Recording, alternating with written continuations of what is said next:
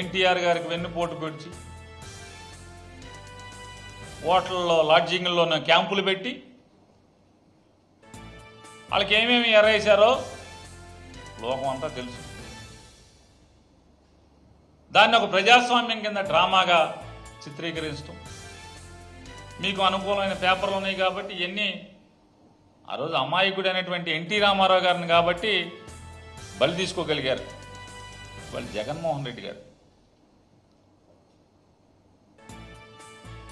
NT Ramarao గారు లాగా అభిమన్యుడు కాదు. ఖచ్చితంగా